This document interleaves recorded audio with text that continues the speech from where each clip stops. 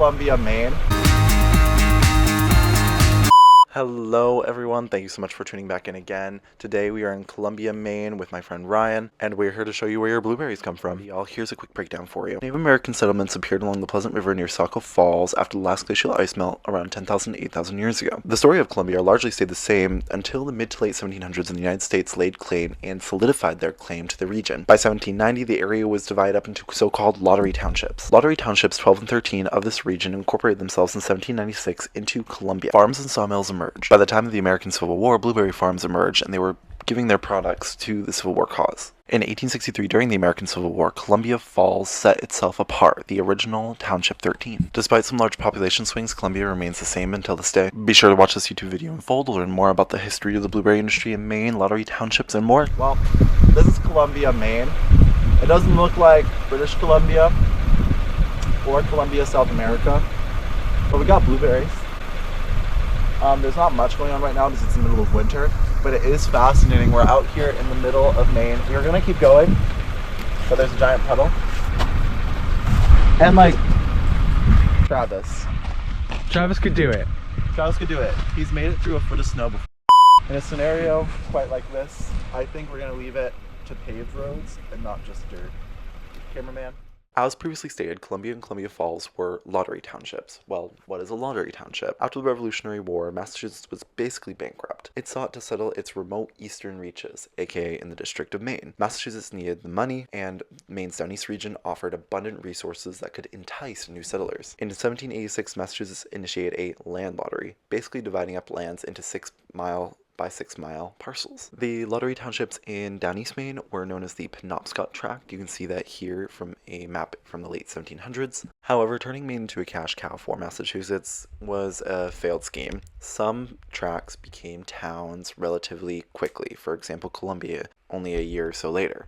The rest were purchased by wealthy landowners, and still many remain unorganized, as you can see here in green. Alrighty, the story of wild blueberries in Maine, but a quick disclaimer. The blueberry industry is all over Downeast Maine, and many blueberry towns exist. However, we are choosing Columbia because Columbia was a town where I entered the town through a blueberry field, and I left the town through a blueberry field. Well, we got blueberries. And yes, Cherryfield does claim to be the blueberry capital of the world. However, that's for another video when we cover Wyman's. For this conversation, it's important to note what type of blueberries are we talking about? Well, we're talking about wild blueberries. Most likely you are familiar with non-wild blueberries. They are larger, lighter blue, and juicier. However, wild blueberries, as the name goes, grow wildly in the environment in Maine and different areas around the US. However, they are cultivated here in the state as well. Now, if you've ever eaten a wild blueberry, there is a 99% chance that it came from Maine. Wild blueberries established themselves 10,000 years ago in Maine after the last glacial ice melt. Yeah, glaciers melted, global warming, skip to the human stuff. Over the last 10,000 years, blueberries were tamed and managed by Wabanaki. They developed the burning technique, which occurs now every 2 or 3 years to help boost future yields. It stimulates regrowth and kills pesticides or diseases. When English settlers arrived, they started to harvest the berries. It was considered a public privilege in the Maine Barrens. By the 1860s, blueberries started to be canned for the Civil War cause, food for the Union soldier. After the war, canning factories exploded over the region. The train station in Columbia, now in Columbia Falls, became a canning station too. They were hand-picked and hand-canned. By 1883, Abijah Tabut, I hope I pronounced that right, invented a blueberry rake design. This led to the rise of the blueberry rakers, people who would come out in the summers and during harvest time to harvest blueberries and live out in the fields. By 1950, there were 21 canning factories. The installment of freezing techniques, fertilizer, herbicides from the farming science boom of the post-World War II era allowed for more blueberries in Downeast Maine. Now, there are 480 wild blueberry farms that range from 20 acres to thousands of acres. Today, Columbia alone has 2,861 acres devoted to blueberry fields.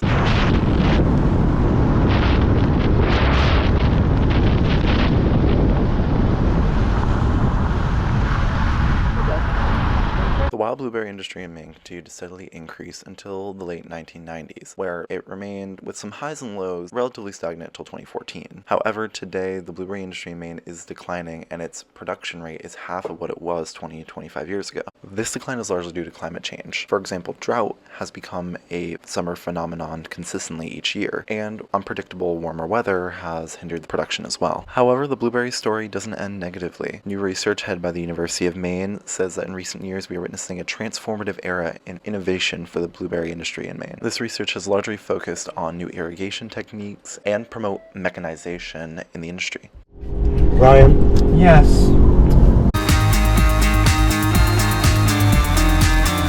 What are your thoughts? What's going through your head right now? You got the map in front of you. Maine is so weird, and I feel like coming from a very developed, suburbanized state to this, it's a culture shock. It really is. Yeah. Like, this is what I expect some parts of like rural Alabama to be like, but not. What? No. As mentioned, the stories of Columbia and Columbia Falls started out the same way. Columbia Falls, of course, will have its own video in the future. However, their histories intermingle, photos and videos emerge in this video from both locations. However, that being said, that is the story of Columbia. It was a formation of multiple villages, mainly Epping, Saco Falls, The Branch, Epping Corner, Little River, Webb District, and Georgetown. So many different areas to explore, and I hope you do too in the future. And that's where your blueberries come from. Thank you so much for watching this video to the end. As always, please like, share, and subscribe if you haven't already, and you'll see you at the next town.